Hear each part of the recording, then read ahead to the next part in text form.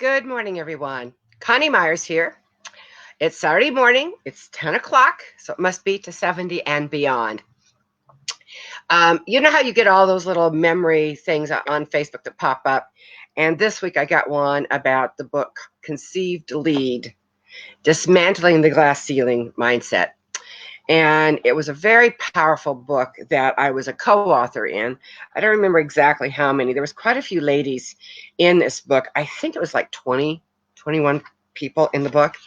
Anyway, it made it to number one in the United States, Australia, Canada, and number two in the UK when it came out. And I decided, this is, we're in a presidential election, and there's so much going on as far as what real good leadership is really all about. So I decided I wanted to really kind of talk about the book. So I want to start, each person that wrote their chapter in the book started with a quote of their own. And this is from Akay Bernadine. She says, leadership is the ability to take responsibility for your life by striving to live an authentic life, excelling in every area of your life to the best of your ability, as well as supporting others in finding their path and being the front runners of their lives. I love one of the quotes that John Maxwell has. He always talks about how if you think you're leading and no one's following, all you're doing is going for a walk. So I think it's important to understand, and the good news is that leadership has changed over the years. It's become, instead of dictatorial, it's become supportive, and the higher up in the ranks you go. I have many female friends who are great leaders of big companies, and they all say the higher up you go, the more supportive you need to be. So when you're thinking about whether it's your own life, whether you have a business, whether you have, uh, what is it that you really need to do to improve how you are leading? And what is it that you're doing to support others? So I'm just going to go through, I'm not going to read all the quotes, obviously, because it would take up the whole an hour. But I wanted to read a couple of these that I picked out, because I think there's a common theme here. This is Michelle Den Boer. She says, the gift of inspiring others is to fully step into their best self through daily rebirth of body, mind, and soul. So, I always talk about how it really starts with yourself and making sure that you have a good, solid practice in the morning. It puts you in a place of being able to not just serve others, but serve yourself as well. Melissa Rodriguez says, leadership is having the courage and confidence to evolve, transform, and expand beyond the limiting beliefs of themselves and others. So that way we may have a profound and inspiring impact. I think we all want to have some kind of a legacy. I've talked previously on this about my program that I'm coming out with, my disaster certification. That is truly my legacy. That's what I want to leave behind when I want somebody to say she made a real difference in the life. And you have to have a vision for that. So if you have a legacy, you need to create a vision for that legacy so that you make sure it happens. Make sure that my vision is in 5 years to make sure that there's 30 million more people prepared for disasters than there is now. So what is your vision for what you want your legacy to be? Annette Fluid says, no one can achieve great success on their own. There need to be others who have gone before, and I follow in those footsteps, as well as I create what I desire to do. So we've had a lot of great women leaders. We lost one of the best just a couple of weeks ago in Ruth Bader Ginsburg, Grinberg's rather. I really feel that if we can learn from people like that, I have a lot of personal friends and people in my life that are great leaders that I can learn from. And I think it's important that we find those people and then figure out what we can contribute to make their legacy better, and in turn make our legacy better. Annette Fluid says, great leaders always seem to embody two seemingly disparate qualities. They are both highly visionary and highly practical. You have to have a plan. I mean, if you're going to be visionary, you need to have a plan of how it's going to take place. But you have to come from that plan. You can't go to, when you have a vision, you cannot go to a vision. You have to come from it. So when you come from it, you have to actually become it. So I call it sensorizing, where you actually go through all the senses: smell, touch, feel, all of look, all the senses, and imagine what you are in that vision. And then what will happen is all of a sudden the things that are supposed to show up to help you create that vision will start showing up in other people or other resources, and you'll be guided into the direction you're supposed to go. This is Leah Durbin. She says, as a leader, you must do more than pretend to care. Boy, ain't that the truth. Put in the effort, build real, genuine, deep, lasting relationships with others. I don't think there's a more important time than right now to be authentic and to be someone that people can see really does care and that you want to make a difference. Dorothy Nedemeyer says, if you are dissatisfied with any aspect of your life, the good news is you can change it. No matter your age, circumstances, or education, no excuses. It can be done. Well, I'm a firm believer you create a vision and you go for it. And the vision may not be exactly what you were hoping for, but it will be a vision of where you're supposed to go. And listening to your inner voice will guide you all the way. When you have that crystalline moment, and you have them every day, pay attention to that. What is your inner voice telling you? What direction are you supposed to be going? And follow that. So I got to my chapter, and mine is called Are You a Kick Butt Leader? And kick butt is when mindfulness meets vision, opportunity, and engagement. My quote is, the essence of great leadership is the desire that those you lead achieve more than yourself. You always want them to be better and to be more authentic. My career started back in my first job was right out of high school in 1968. I went through IBM training school and I became a computer operator. I ran one of those great big machines that took up the entire room.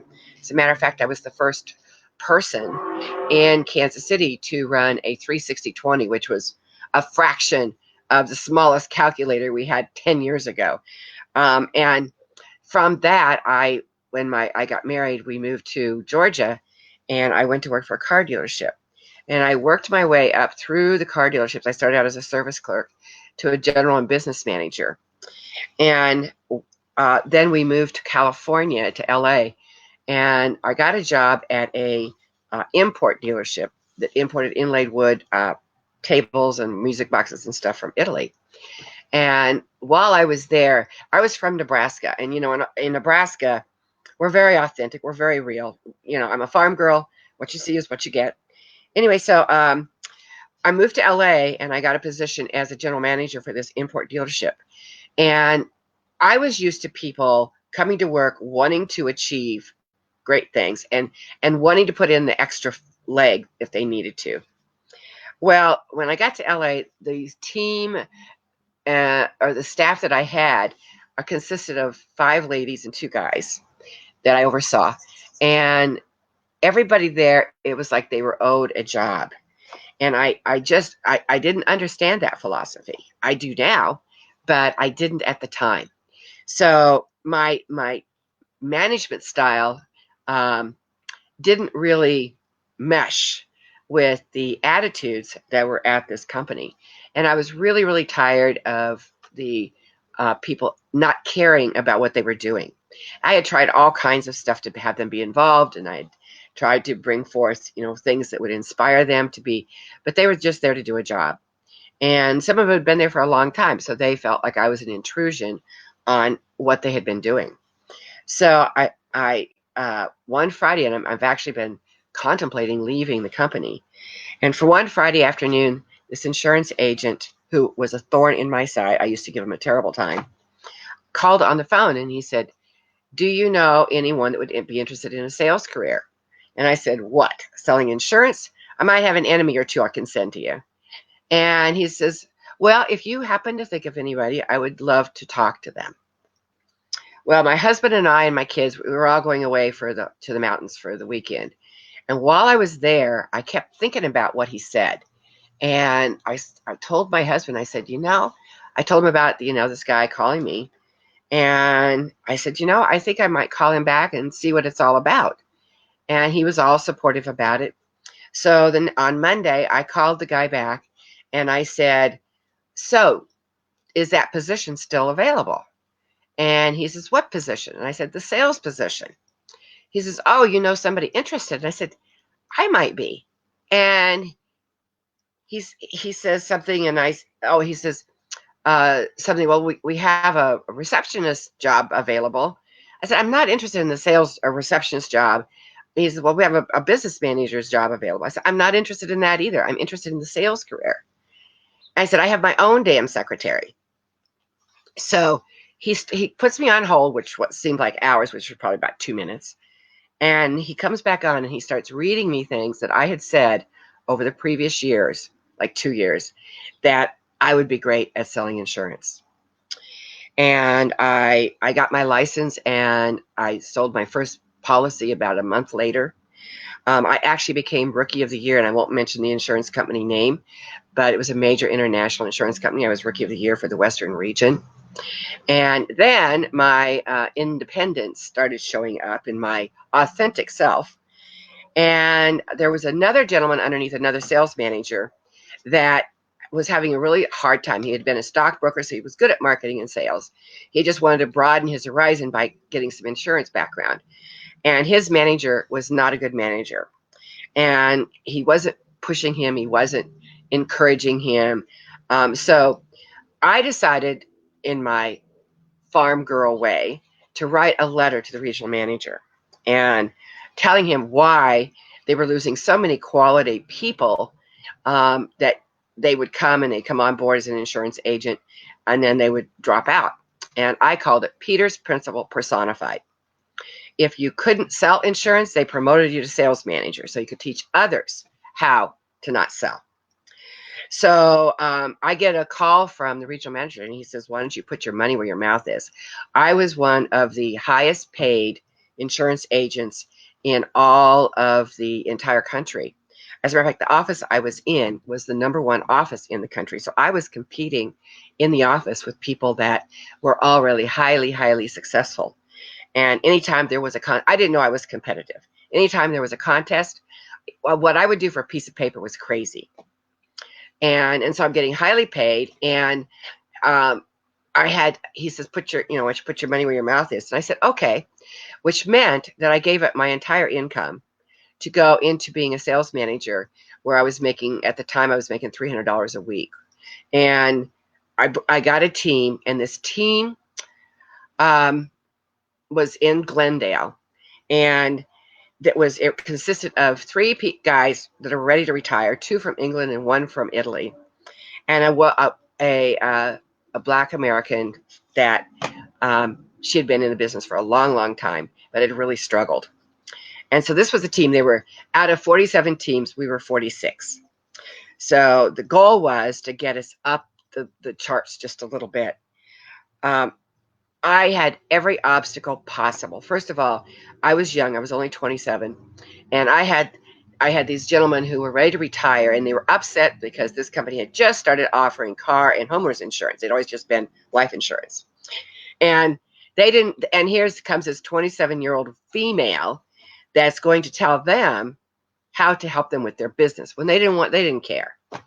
And pretty soon I was out selling insurance for them. And all of a sudden, they decided to pay attention, and they started calling me their manageress, and they started embracing me. Before, they wouldn't even come in and sit down. The Black woman was really, really struggling. She had never really had any real training, and she was in Glendale, which at the time was not very receptive to having Black people in the neighborhoods. So it was very, we struggled to get started. And I decided that I was going to start recruiting young females. So I ended up recruiting 4 more females, and we went from number 46 to number 2 in a matter of 6 months. And the reason I'm telling you this story is because it was about me helping them, helping the elderly gentleman, helping the Black gal that had been doing this and struggling for so long. She had an incredible income that year. She was loving her job. She was loving what she was doing. The new people that I brought on, it was a great career. But it also came with a high price for me. So I was the only female sales manager in all of the Western region of this company. And the regional manager decided that I should not have any men. There was a big bullpen, and then there was my office where all the agents sat. and I should not have any men come into my office and close the door. And then he would call me and he'd hit on me, which was a very common problem back then.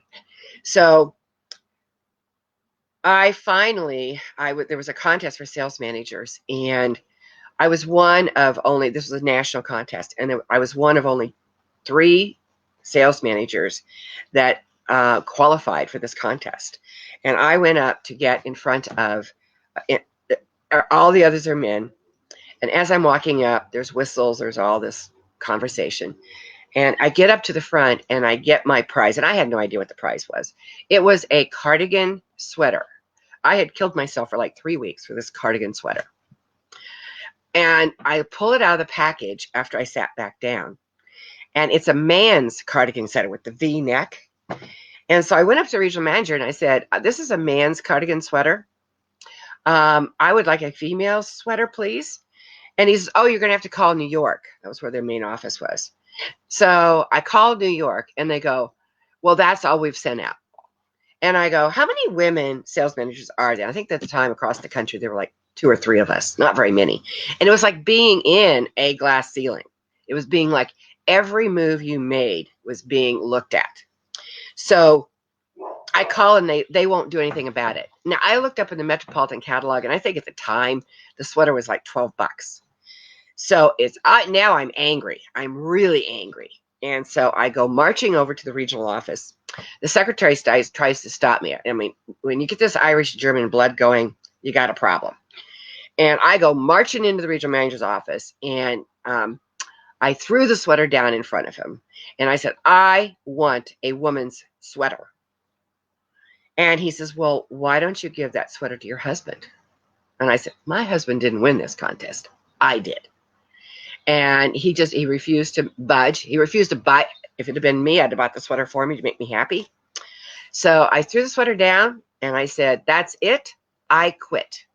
And I walked out the door, never to look back. The best move I ever made.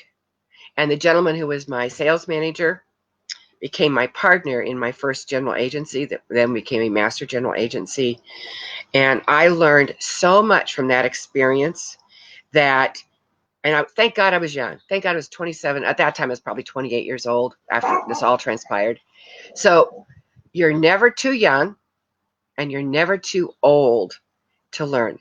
What I have learned just writing this certification program and having this incredible team show up. If you are living your vision, my vision is to create this preparedness program that's going to change 30 million people so they're prepared. That's my vision. All of a sudden, things start showing up in your life. And that's exactly what happened the day that I walked out that door. Things started showing up in my life that created great success. I didn't truly understand what visioning was at that point in time, and I certainly did not listen to my instincts like I should. But the journey that's been since then and where I am today, if that hadn't happened, I wouldn't be doing what I'm doing today. So I want you to think about your past. I want you to think about the path that you're on. Where are you in your leadership role? And if you don't have a business, where are you in your leadership role of your own life or a leadership role with your family? But if you have a business, how are you stepping into that role of being a supportive leader and being authentic? So there's some tips that I gave, and I talked about this. First of all, start with a 10-minute routine. You can't, it's like the mask on the airplane. You got to put your mask on first before you help anybody else. The first thing is take 10 minutes in the morning. You can do this in the shower. You don't have to sit and do this.